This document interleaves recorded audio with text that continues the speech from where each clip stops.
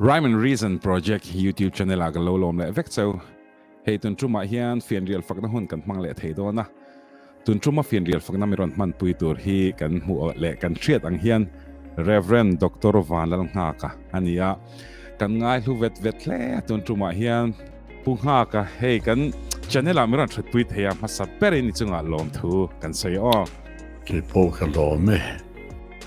ti chuan Punghak zo na kan chan tak main Shillonga eng ti ka tangin nge om ti tatin in chung ko chanchin in Ropui mingte fanei zat ti te kha khalai khamin street lock them le sanka zakwa ti vela khanen Shillonga hen kan lo chuk ve dei to wa matik ka pas vele Shillonga kolesa zirturin kan lo kala chu sanka zakwa sunga pariat ani te chuan Shillonga hian Ropui fanau tenen kan oma kan Ropui ming chu lal ngak leli ani ya putang redema fanu ka fa te chu Dr. Lalmal Soma lal rim sanga lal tran pui lal rin zuala te ende nia an ina nge me Shillonga hian ka han tlo a anin le lo te pok han mu puya tin anin min lo dong song thia me tin thing pui thui tak han in boka khatiang khanin hun kan han manga interview te ka kan han neyan kot zola te thei to phakan chu ve ha in fapa tumber zola nen hian kan han be vena sa khopa mara chu technical problem hi hen lo om lo me te chuan tun truma po hian recording hi kan han nei thale ania engpon ise tun truma hian Reverend Dr. Vanlalnghaka kaltlangin pathian thu pathian in puanna ama kaltlang hen kan dong yang ti kan ringa chu in kom na chu lo thir chun zom se lang che Rhyme and Reason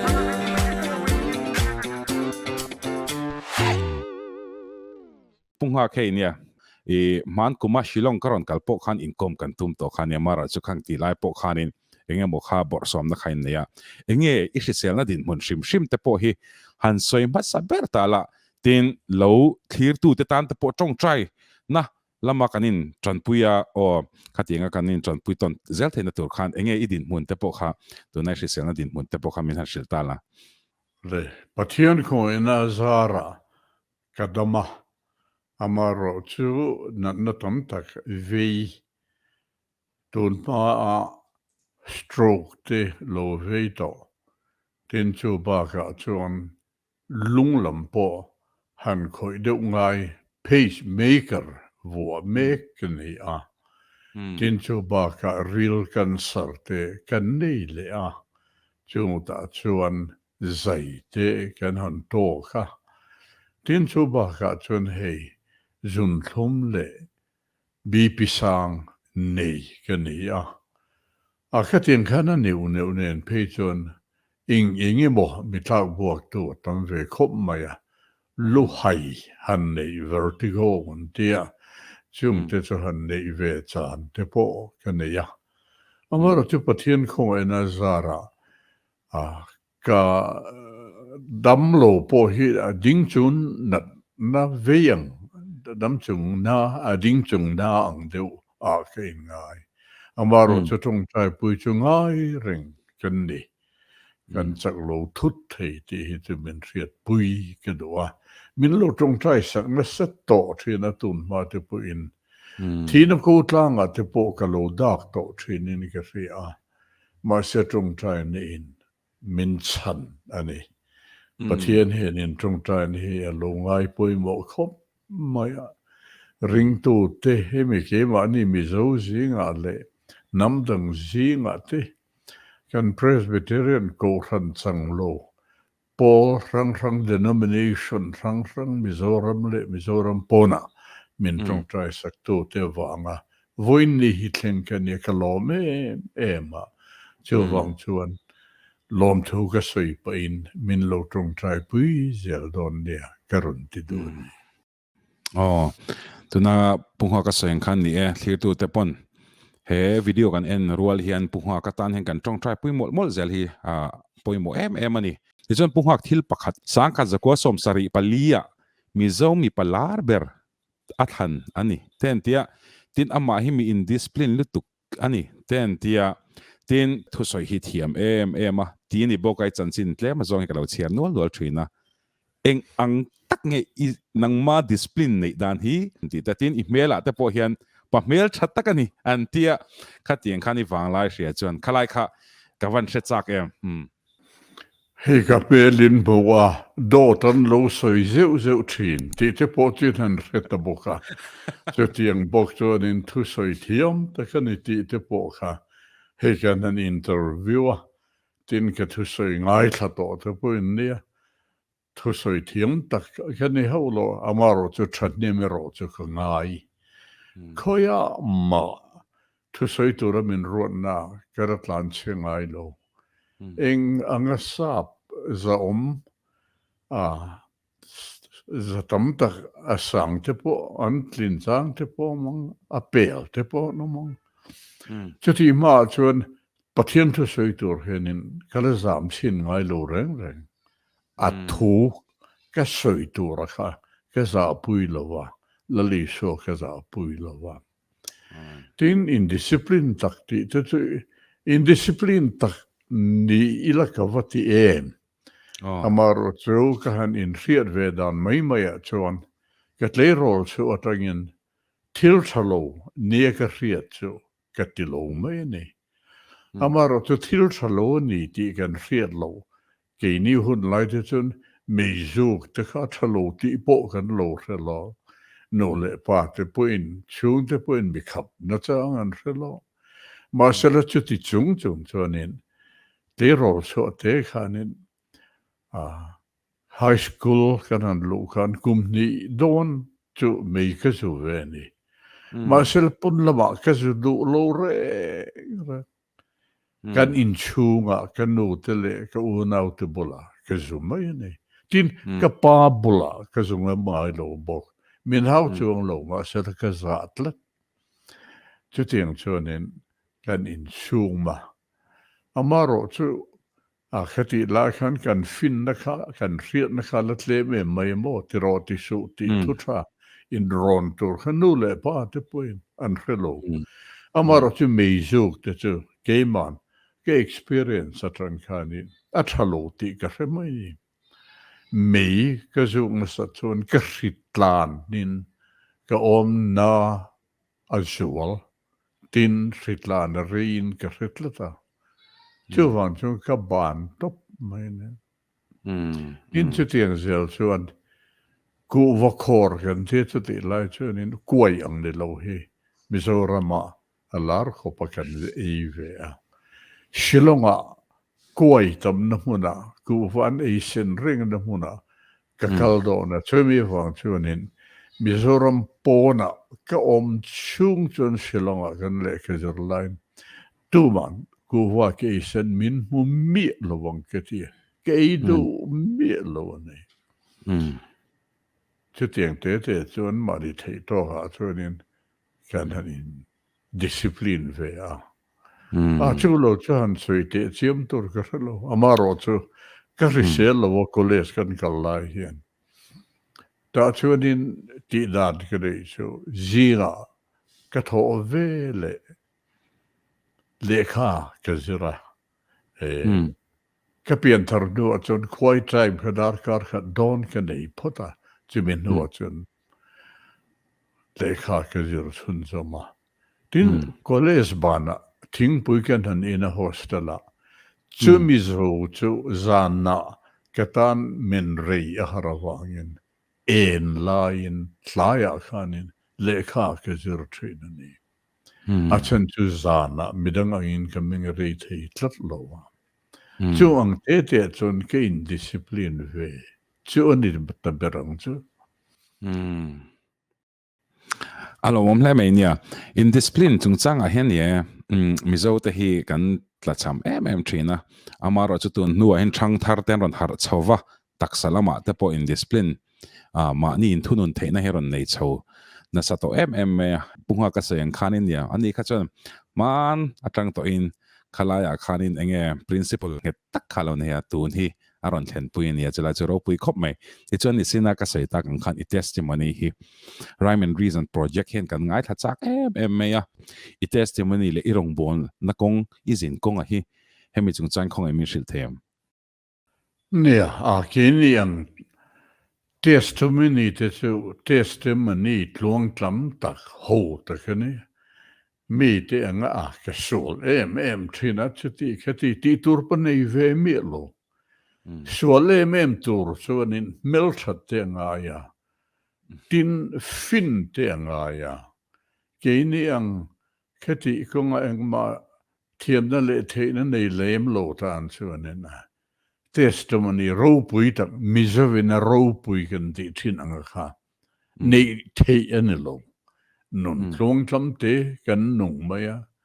tle ro atengin misavina tle ro sol te khadai kimani an tiang ti ke chonin kadai kim lem lo ani chu wang chon tle ro sol nei lo te po min han di ve fo wa chu pe min mu da na ni mayanga ta chuanin amaro chu khatia nun tlong tlam te kan nung mai chung khanin pian thar cha na le tui hal na kha kan nei tlat mai ne voi kha chu pol thum kan ni lai hianin pian thar ti ta kha la ri mi lo thingam tak zet main zana chui kham kan han mu kha ka pumana ta ni chu chu ti lai chu chuanin doctor Frank Buang a kha doctor kan nei birani mission ve an oma ta chuanin ka thidon in ka hretlata chu ti khop chuanin mian han khoi don po khan khoi tak ngel po kha ka ngam lo ani ta chuanin ka ril ro kha ka tong trai mol mai tong trai dan po ka thiam lo olal pa ka lo thi lo chon van rama min hroi nge se Ivan rama min hroi se tiringot khan ka tong trai mai ni ma se pathinin ka thi lo la phal lo la hun lo ne Dr. Frank Buang a ritlang na sel tukha zan lai pila ka pu nei rima in tenoman ni $13 ta chu did abage ka Frank Buang chu avako di ka pu lo kal lo sel chu din ka chuak mi lo wang ka ritlang lu tu amaro chu punei rima lo kala ka niel thei lo ni ti min han zekshana kada a bota niang chu ka musia isia tu kha ka thole khamizan te khanin lo thita ila ti hin ka ngai tu ze khati khop khanin vanram kal lo chu ka lau ni amaro chu tu na khanan riat ve ta ang pian thar na ti te kha an se ngai boksi lova lalpa Ivan rama min hroyang che van rama min hroyang che kha nin tui hal na kane ni ti chu atilang chi anga tin san school de chun sunday ya chun in kom tangel poi ka thul ngai lo tle rol mi pa ngat phe chu kan veng kulikona khan mi pathum cho ni chuna chu chun kan in kom thina ni chu mi singa chun katil zia chu me wa chun pathia ni ka hlat ngam lo wa pian thar ti trong kam te ka chung lo maro chu pathian hlat om ka ngam lo ringot mai ne tin pian thar thu kha lo rita ni biligram rong bo na te mizoram ma po kan lo reta ti chuanin a takin pathian ne na kadira olalpa biligrahama misorama runtiro tite olalpa shilonga kan kala chuan shilonga hian biligrama runtiro pian tharve kadu tekati amaro ti biligrama po khati la kan local salaka pian tharna turata na ruat ani lovaniam cheta Dr. Akbar Haka associate evangelist local shilonga dinam hola kon thu soi ni chu chita ngai tha tur kan kal tur kanan phur em zi chu ma ta ka la a thu soi po ngai nom amaro chu ka ngai to le tien eng ma ka ring mi lo ka riet chu mi ring han a je hi chu ke lang chau khan ne ati kel po hian to ron tre pan thun khom to po hian luang cho hian in han pe ila luang cho in chu chuan an le in si bop do ne mi zo po chu a mi zo ka ti mi ring po hi chu tiang tho chu khan ni atia chu zong chu ka ria ka piang thar chuang mi lo amaro chu to pa chuan pathianin chu ti khopa pian thar cha le di la chu min lo en san ri hau lo mai a toi zongin shilonga kan le khazir la kan senen man kolesa kazira upper hostel antia naga le tlang mi tele asami slemte na hostela kan omani chuta chuanin pathian thu kha kangaya ne kan superintendent ne na khanin cholni zantin trong traya pathian thu kan chiro fellowship kan ni min phal ro tin kadila ani chuan e thallut tu ka lo matia ti chuan in cholni zana choi khama kan in khom thin ani chuta chuan ala piang thar ho si lo kha a lo han dil chok tu te kan ni ba kha khanin nangin thui soi thiam olom debate rinia te min ti fiam tu ta chuan in thu ka soi thian ani cholni zana te chuan ke mani tui chuan kan tu khom mai Marcelo van nei thakin pathian rim ro na mag je chu kha kan hostel a khan mi pali mi zo pakha reverend PC Montanga le naga metong berenate sanapate aye sanni tin doctor long so bemo doctor thiam takane londona athin ke londona khan ta chune juk doctrine khami de khan piang thara annun khan kachila ti pu tlat mai ne heti katan tong try ho te kha an tong try khan in omse hinei big hian ka ria tin chu lo makti mem mai chu camping imo shilong an oma for me Nepali fellowship EU in khom na te chuta chuan kempa mi an pian thar an han report an so an hlim an lom puye mai ne mi piang thar avalom om ve kative maya amar chu an lom na ang khan ka lom phalo ti ken riani chuta chuan an nei chuan kan nei lo nei an nei ti ka ria an nunin ka chil atiputa ti chuan pathian thu po ke ma khamila soi tir zela amaro chu mon thanga khan zan khat chu khanin khom pa na khan unga ila piang thar lovim atia nang ni pian tharang chuan thar lo ve tin ka chang ringota kan nial ra thin zia a ri ningei turani mi nial do mi la ruma lota lekha but te ti mai la booklet Theodore Epaziak back to the Bible broadcast Dr. Theodore Epaziak Arunla the sinning Christian and his judgment di Miron Peo unga hehilo chiro atia maktak main kami minan pekan keril ro khoya zanina kachir chu ofekam Hehi pathian in kapian tharna ta na ampadr banturani chuan I helovin ka in lan katia ti chuan kachir chuak ta veka karil ro ne me maya karil ro zo na lian pui kan ei thin kha le kha butre ute khan a chang fel vek mane chuan lam kan ei to lo re amaro chu kafim korna wangin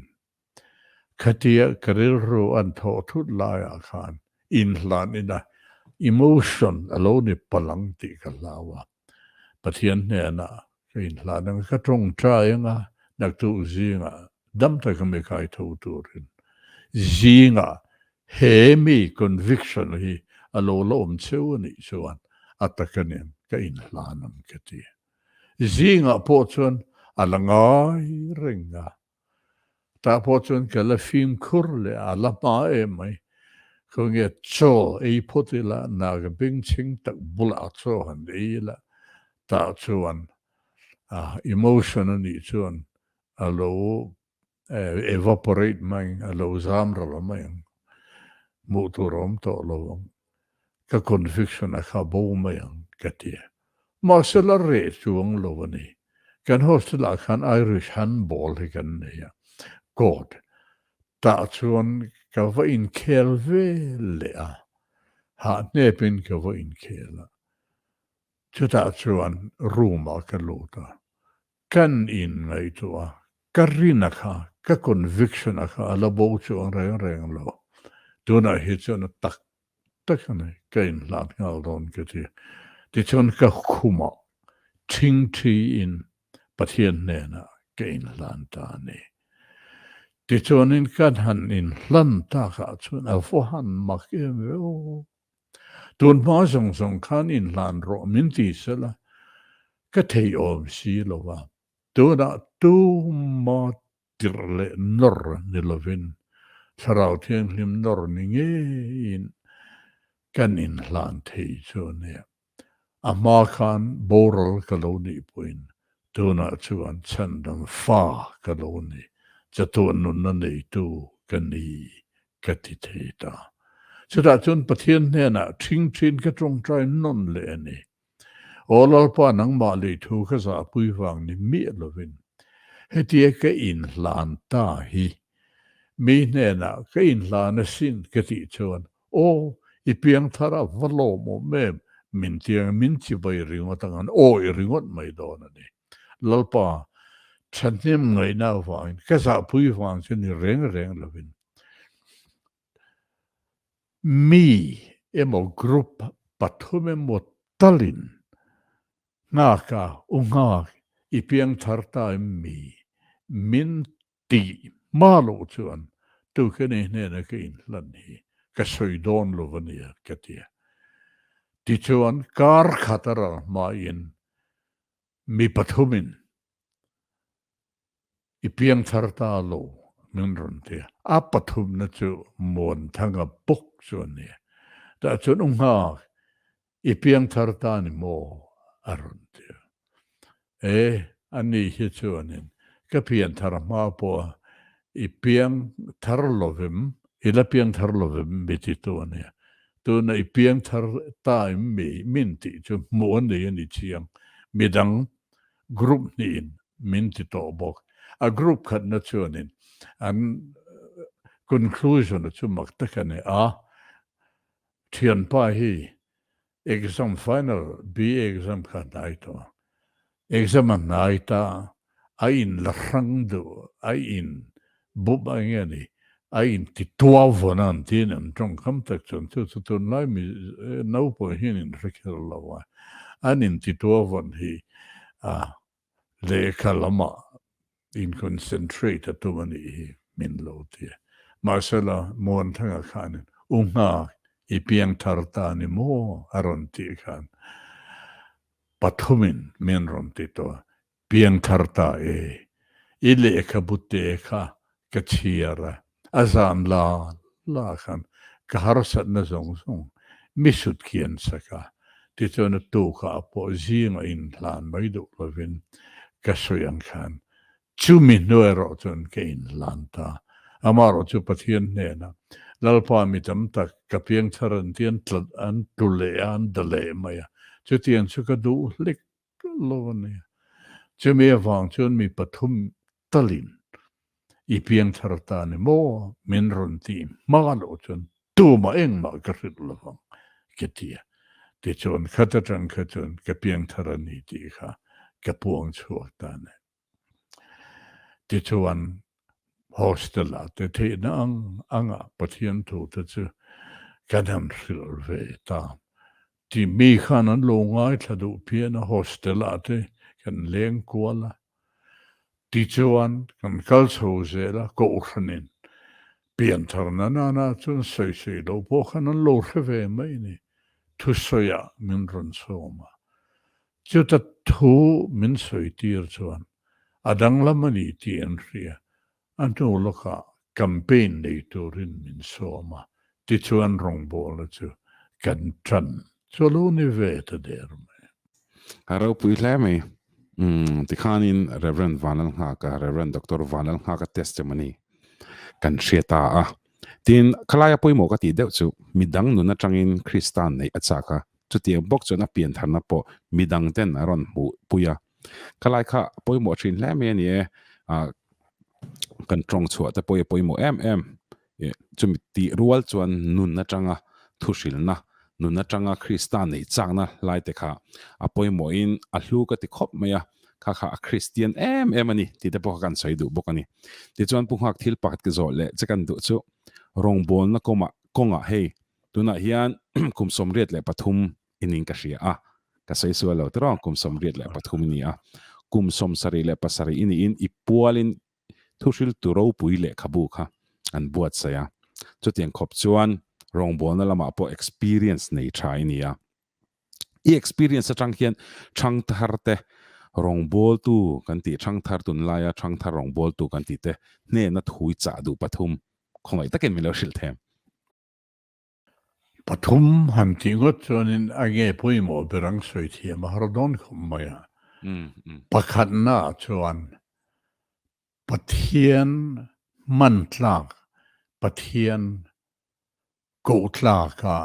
nut itibu kan tlaka wanga min ko chuni mi lovang pathian ngein mi chak lo te thlang zo thin ti te po pathian to bible kan mo amai ro chu rong bol tlaka nung si lovin rong bol cha ngot thi thei ti kha khiat a tha ke ti khop mai chu ti chuan ko rana rong bol tua an han som lo te in vui vaya le ho to te huata te thilgat pe chon an la khatian khati reng lo tur pathian nin man theya kanom phot chuan kan thiam le kan theina awang ni lovin atana man theya kanin kanom kanin phal chuan min ko thin ti hi ria ila Sapinan sorry in Refoa, not ability, but availability. Teina never vang nilofin. Patientana available, patientana mante dura kaka apoimo in Karia. Din ho there chuanin, patidatan chuan, wrong ball hantan hienin. Chanim ngai hian na ania chuta chuan thu kan han soya pulpita te min lang kai mai ani ngat phi chuanin hriat zong hi soi kan tum thin ani chu mi awang chuan khan an se ke ma ni chu kan lung oi ni mai thiam nga ro chu ngai thla tu ta na lo ni nom pa khum mai chu mi awang chuan rong bol lim tan chuan thu soi rei a in a toi hret a toi lam a thazia a ngai nom lutu ba se a rei de vanian ti chen a vangai nom emo I soi toi lutu ka lom de mitizia sela ka traber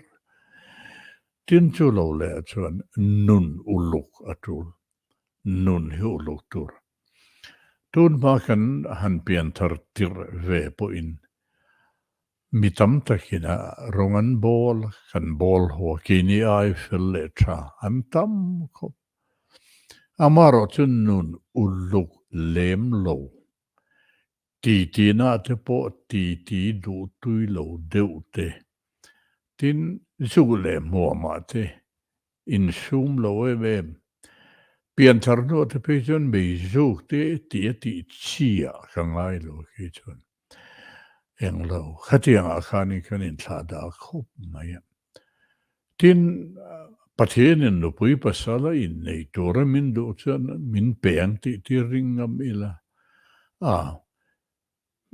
be chekum nuam tir lutu ler lutu ti alo tlo mi lo rong bol na dan chuan a thami lo ler lo ngam te ha tha ti te kha kan soi do nun ulu angote pathumiti na pali kan ti te chapolo rong bol to lo tling ani chu no pan deuh lai pe chun chapo mai hi a lo om mane pathianin chapo na huat je chu bible a hin pathianin mi chapo te do da la in ngai tlom te ro chu khong ina pe si thin ti ne tina context danga rong bol na thu ne lo wa bo pathianin mi chapo te chu tin ni ti te po mo ne bible a hin chu me wang chuan rong bol tu ang poin mi hring nun phung a po hian chapo lo izirong alo le me kha nia point li aran sai choka rong bol tu ten kan thia zel tur point li than hem nga takin punga kan tu na khan in ran shrila khang te kha vongin kan thil lunga vongin o ataka man chuak ngei te po tumila travia win ka shia khalai kha poimo takani ti chuan thil pakhat che punga han kailet lokan du chu i sermon hi i chanchin an zia na pakhat ka chera chuan thu soi tu chuan an copy hnem le ati dan an zir hnem berte zinga mi ni in ka hria tia mi pakhat chuan chulai chu ni thein ka hria entirnan eng model hleka i tong dan i pulpit ophoi ang te po mang te oma chutiam bok chuan fiam thulam panga te po punga ka chuan ti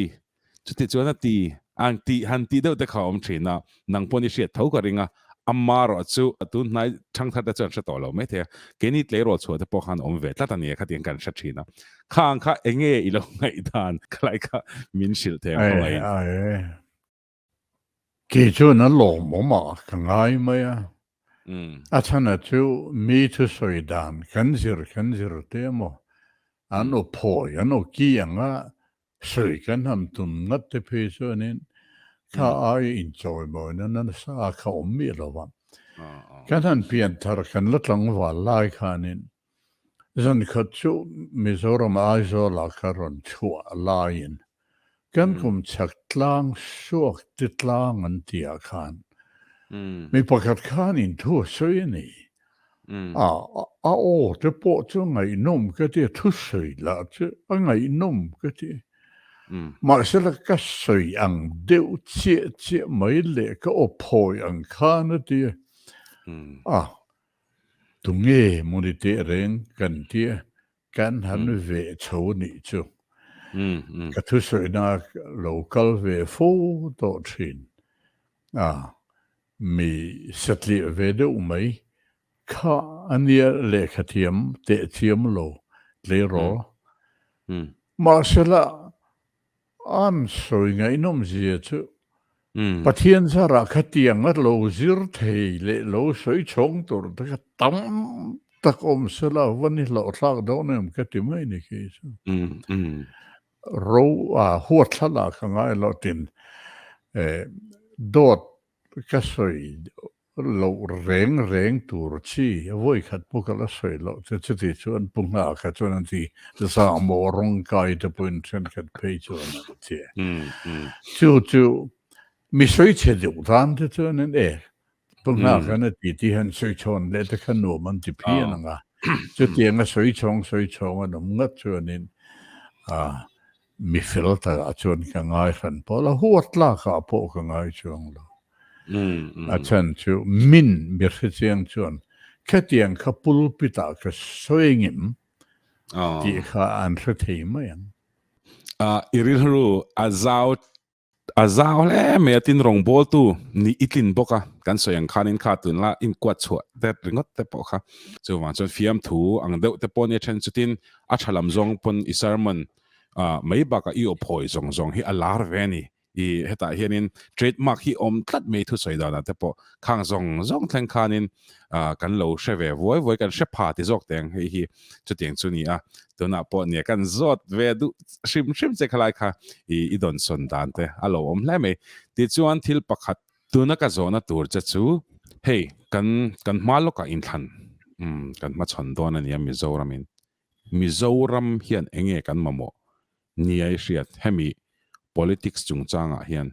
enge kan ramina amamo ni hriat hela himin hrilok ten khongai englai puin Mizoram lo poina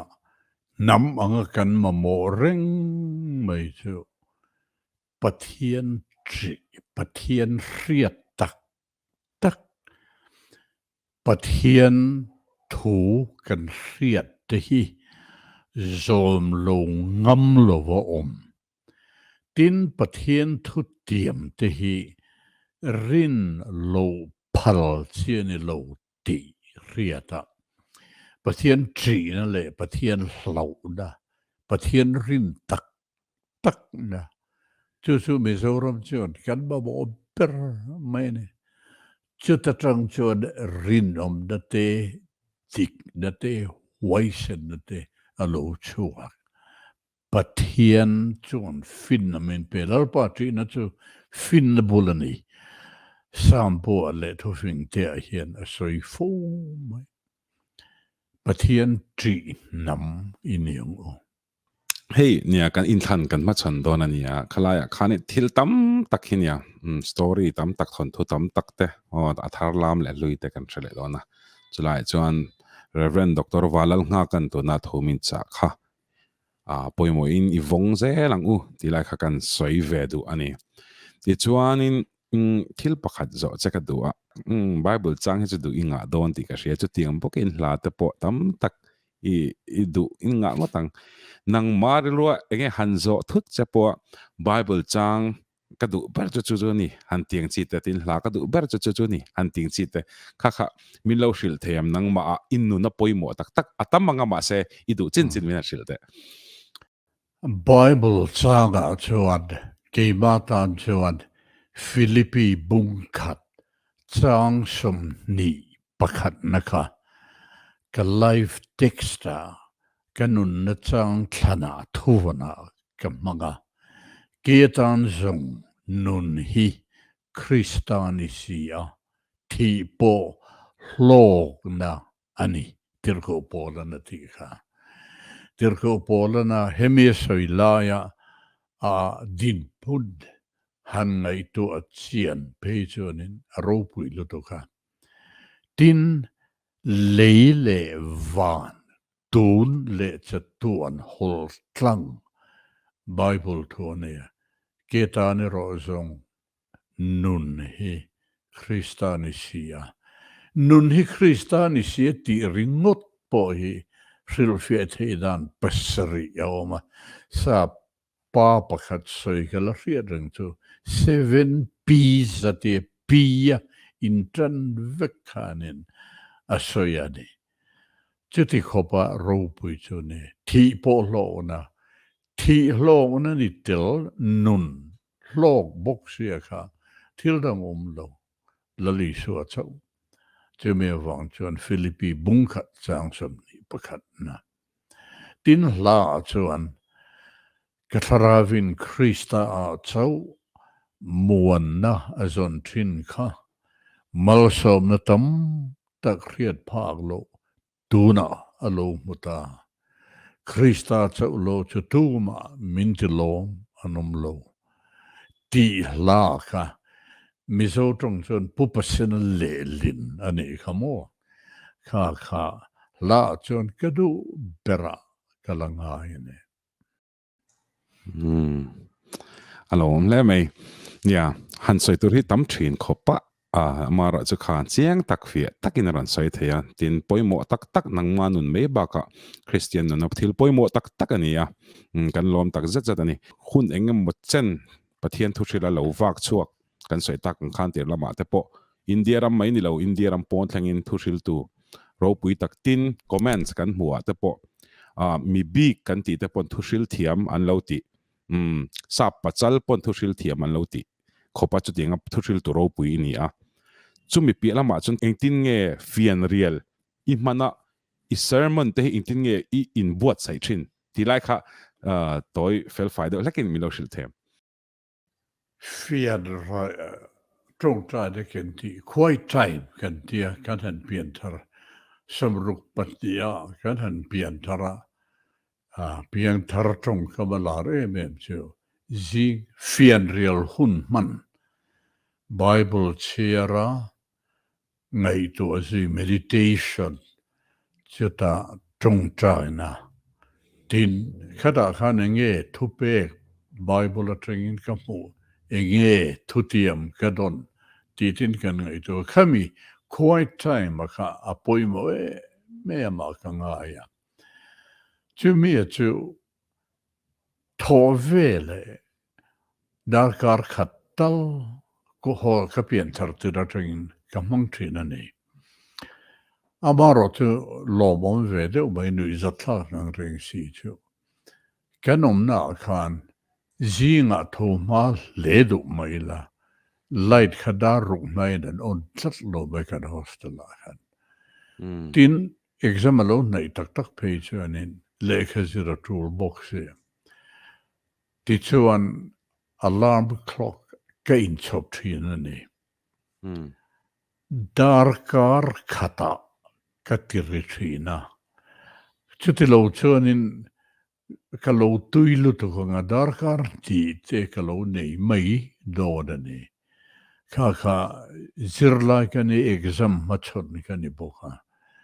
ka ati adiklova quite time ni hi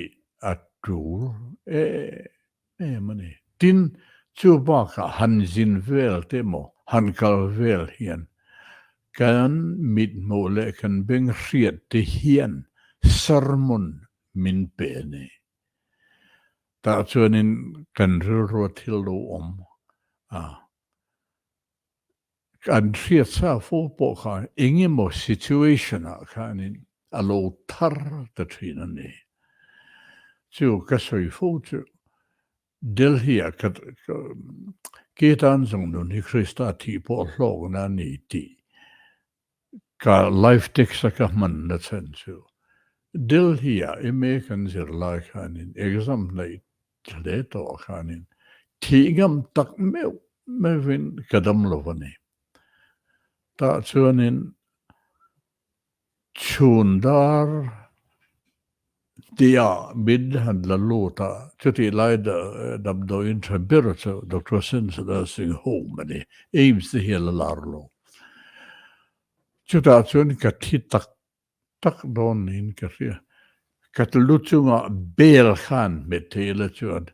doctor ngama tan run tlan lu mal don ani ma se ka thei tlatlo chakna kari rang lo chu ai rap la chu trong trai ka tuma ka trong trai thei mi lo Bible chang ka riat to thin te a han in nem ka tuma a bovik chutianga mangang de mai kom la chanen kathin lunga khanin ke tan zong nun hi Krista ti po lo na ni ti pola se kha aron lang at mene katana lulutuk ti na ko tlanga ti le damin kara ka oma ti po lo na nun la Krista aing zo po ka thantur om chung lo ai nang ring chu mi wang chen khang te ka lu kan ti em ti chuanin thla ero chu pakhat ka chandam chu tok turin kut rokin ka kalang mo ti kha ti chu rein ka lungai lo chandam tun min roi wangin ma si ruak ka tok tur hian min ti rein ka lungai ti kha karil ron lang le thot mai ne chu mi wang chuat kan thil mo le kan thil riat kan tuna piang hianin sermon thatak min pethei ze lani tin chu lo le chen tun sing hian ania voi khat ka handam lo zol deuh lai khanin biakin apon mutlu zau kania tin khati lai ka chak lo mutlu ka han chin lai ta kha zorampon presbyteria moderator min man kum an nisi kading le veak pastor moderator kharcho le akum le ta na tlan doctor than tlonga kha an uma ka mutlu pal voi chu nin mo ka mutlu don chu miron kai har nge chu tin kanin sil thin ani chu mi kan tin chu tu soi reng I tu soi po ni sala ngai nom ti lo khnei lo tin ka sermon thaber ti chu tu soi thiam lem lo tak mani puin thrung em maya an soi mi khan itlat pakhat chu upazolia da kan silong kan ko ran upain tual te wang la ya tui bur al kha asoi ni kalola ringai mi lo ama khana soi thiam an nui lo ma kha ka chin chi tlat mai ne ka pian kan crusade na rang hian ka soi fo mai ne tin chu lo le chunin engalo tuen sanga naga thalai ho in khom pui lian traini ala thu ka soya ta chunin cholni ji nga khanin ka ha lu tu kan lo wangin naga no pang pastor no pang te kha thu soi tu rin an ti ki kha ka in khom pe tu man an ringalom ma se ka ril ruin he pastor he no panga kala ngai tlat lo a thu soi hi ka ngai tla tu rin ni ka ti ka va in khom ani chu ka pe la bo le ta sia ka chunin Rheomatia a sio fwy ni top. A maro tu tu chun sui tani, tu tildang tu anga inom luto ka sui man longa. In tirna pakat tu ui bau rei an ui ram doyan roi. A bau na saluto ka kan kotlen don te pa an motor chia ka. Kong tanga kan zong ta zok a oma. Kanui kana mo te lama bau na saluto ka. Tu me wang chuan kochu nga ui zong zong po kan bau ta chu chuan bau rei ve do. Ma shana kina chuan kochu nga me ka chu an han duk me bau zui nam to lo. Kan ui ro chu kan motor kan han siam chata kan han kal le ting kan ala bau wa ati. Inga tinge kan ui ka la bau ringa adang an top dai. Ko chunga ui bau ve chu ka chunin kan ui nam pu ang kan mu mi lo kan ui bau tho ma bau ve mai ne kan ui ro ka chun zong tha zok a kha pu a zu kala kal thui ngam lo wa ma sala a to thingen a bau wan ye ti ngare kan han piang thara kan han ri hloya ngati an bau hi an to dai thin an mo chiang lo wani ti kha na so ni khatian khan tu so ngai num lo hi ni chu ngai num ka lo pui thin ni tin tu so ngai num thiam tu so thiam ho tu so hi pathian khong na zara voi khat ka ngai thak chuan a point mo chu karir ro hen a lak son the lo chu me wan chon ka tu so tam ta ka po hi ni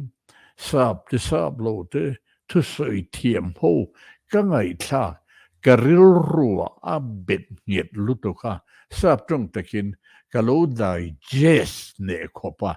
ti chon ke ma so yang mai khan arun ir chuak ve thin ni chutiang chonin bible chiar ba ka mi sermon ti chiar tur tu soi tu pakhat in shilonga asoi ka ria ke chu pathin in minzir tir Tharau thiang lim min direct min zir tir lo chu eng ba pulpit a ka soi ngai lo tu sermon ma ka chiar ngai lo tu sermon ma ka ngai thalo ti ma salat khata kha chun adochiam ka sermon nge po ngai thlo fo tin chu ba ga midang sermon te po chiar thin kan ka in ti the na chi ni lo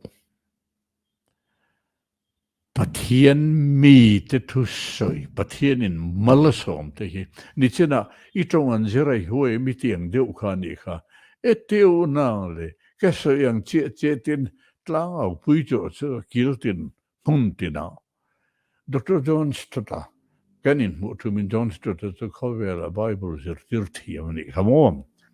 kada khanin hey I sermon ti ka ngai thak poin karil ro bet lata ka soi chong fo ne ka te I the enga tamlo soi chong ro miti veri ngot mai ni Dr. Thider epa ni china alle ka bute book letin kami chiar piang thar ka ni ka ti khamo kami pechon sa brahma a ina Reverend Rinboinen kan ho to pa Dr. George Doxia Canadian media kan patumin kan tlingani Kapian thar thumin zo ta kan ril chu a atilutu kha an in thina ma pa khan Mizoram kha lalutu kha mo khan mi na le kha butte chiara lo piang thara to na America te Canada te le mundang da thu so an kal ta kha mak atilutu kha ni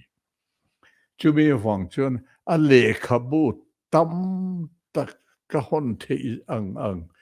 Chu ti la chun so te na khanin chu ti takatama ti the chung la le kha bu mi phon ti tu lo chu mi wang chuan mi le kha bu chir te mi sermon ngai thak te eng tin ye heng hian sir fe ti ta in thrung mi lo wa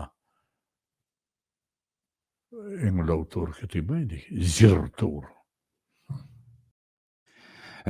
alo la mai chuan he kan hun kan top do don beng at top nan tak kan zo na top beratan heti chen hi rong e bol to a pathian thu trilin la le so Krista chandam na thu shil chho to ti chuanin la le so Krista hi tuna kum somriat pathuminita a tunge ani iti tak chu a to ber heta tanga kanin zo theini ta sa chula chumin chan the chun khonga in Lali so Krista hi pathian thuina apon dana chuan pathian fapa pathian riek thiakha ania tin tun lai kan trong kama kan riek thiam dana chuan kan lalle kan chandam tu ringa piang te chandam tu Lali so kan thian taberin ti lakan sakchun hemo hei pu si wala lengpui pathianin ti dam na rong bol te chandam na thu soi tur te na sataka tum thlenga man hianin atong tan a hian tharau thiang liman chama I so a chama pa a chama lali so a katrian chaber ati fomu moya chu chi mi tam tak tan chuan lali so a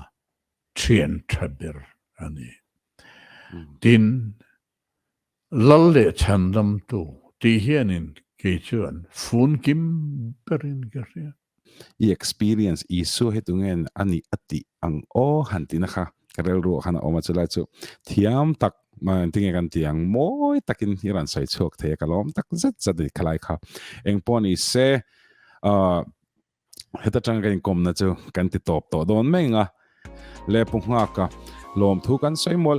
a hlu kan ti lutuk I hun lutak miron pe a kan lom em he rhyme and reason project in na china atira kan seng khan I kan ngai sang che ni hi mai chana timeng zanana tun chuma point ka saidua I rong bol na te kan han thlir hian kan ngai sang em me che kan hlut em me tun chuma po kan in kom the hi chulai chu kan saidua the pa top in trong trai na lama te po kan lo ram chang venga tin thlir tu te po Reverend Dr. Vanlalnghaka tana trong trai zel tu te pon kan han som hal du choni kalome mình trông trai bùi dẻo roti khá cần soi nụ nga chú cắt chặt nên nار này ti khan tun chuma kan program Fianrial Fakna hun chu kan ti top le don menga tin hemizo che ka se ta kan khan Reverend Dr. Vanlalnghaka kan sharing toy karan da do na local son lo la lo thir ze lang che phun tha kan nei lenga kan in hule vatura ngai la thir tu zong zong ten zawain lalpan mal som vek chura se an lo me kan soi dong khan kan na khovel pan bo tu mind dak tu kle atibizel kan soi lo ngam to lo na khovel aniaจะมีฟังจนมีส่งกระจายงุยเจ้าตัวอีเพียงทาร์ตัวอีละเพียงทาร์โลอันนี้ชวนเพียงทาร์เงี้ยงใช่เพียงทาร์โลฟินเฮโคเวลฮีชัวสันเรงสุอามาลลิส่วนสวยลมมินโคเวลฮีอัปุมินนิสละอันุนจานสีสละอัตาเดงเงโซตังเขาเวลกันจนกันดูกันเนียกันหล่อไม่หมดกันทีเฮงทรงฮีจะตัวนุนนั่นเองนะเตะขินส่วนเองมาอันนี้โลติรีละอีเปียงทาร์ตูรนี่ตีฮีอีเรนนฟวังปฏิณตุนไลฮีช่างทาร์ชลายแต่ตอนเขาเวลฮาร์ซานี่ตูตอนพอฮาร์ซานิมาสละชลายแต่ตอนฮาร์ซาเลสวลชวนชวนทุริลตูบุ้งสมปัดเดียสยันขานอิชัดลายเฮียนปัทเฮียนเสริงรอตรเจ้าโลจักโลหุนฤดูดาเฮียนหลบเร่งกันนี่ลเวอิติหุนฮัลโหลเข่งโดนเนี่ยจะมีป้าชวนอิชัดลายเฮียนปัทเฮียนอิเสียมตูเสริงรอชัดลายเงียปัทเฮียนเสียทีอาลูจะมีนักกินที่ละจูปัทเฮียนรงฮีอัตโตปัจจุบันที่โดนตักจนโอ้กะโลบอลโตแล้ววันนี้หุ่นจะเหนื่อยเลยแล้วกับวันบอลดูกันที่โดนนี่จะไม่วางจนชัดลายเบลหุ่นลายเฮียนวางลายนี่เฮียนเพียงเท่าไรละติดชวนกันชัดเบลลายกันสักเบลลายหุ่นนี้ประเทศเนน่ะอามาจอยมวยนั่นเลยอารมณ์บอลนานอีเปียงูที่ประเทศทุยนัดที่บอกว่าเราตัวลายเฮียนลุงขับอลขับไหมยังไงที่กินลุงคำอินไอตัวระโมอินซิลเฟนตัวระโมอินนุนนัดทุยงัดที่กินลุงคำรำเลยอัฟเฟลนัดทุซงพัสโซรูจุดที่ชวนชุงที่เราดังซงถ้าจะเปกบอลชาโดนเสียเนียอาทิตย์ค่ะรำเลยอัฟเฟลนัดซงพดไม่ละดังชุประเทศกุตากอลตีเรล่ะจะไม่ฟังจนกันทัดเชียงน่ากันถกไปลวังกากันอ้างเรื่องว่าประเทศนี้นรนเอาขัดโดนตีอันนี้โลอินทรซาอามาเรื่องตัวเจ้าประเทศนี้อันนี้ตัวเต้นมาหมดเปกเตียมที่เรื่องอีละรินนั่นนู่นอินนุ่งอูคอร์รัปชันกันที่พอยตักจวนประเทศกันรินงำโลไม่วางอันนี้ตัวนักกันในเซนโลกันในเร่งนี่มาสลักกตูกฟ้าถึงเงี้ยอันรถยังอันรถยังไงตัวเวมังนี่ขัดตานนี่ขัดเสือมาโตถูกชนมาตานรถลุงคำจบโดนเสียเตียค่ะกันตูกันฟ้าทะเลพลัมหุ่นกันไงตัวนักกันดินพุ่นประเทศกันรินน้ำโลพายอิสิมังโอที่นั่นนุ่งเบรายโรจวนมิโซรัมเฮียนกงตินแรงประเทศดูทรงเสละประเทศซอยมวยมอลรสอามาลสมนัตุรเจ้ากุตาอมอันนี้นาทีตัวให้ระวังประเทศเรียนมีประเทศรมโบลตูเตมีเทนอันที่เทกันเนี่ยนะตัวรินอินเดียสวาอินประเทศดินบาลสอบเจอรอเซ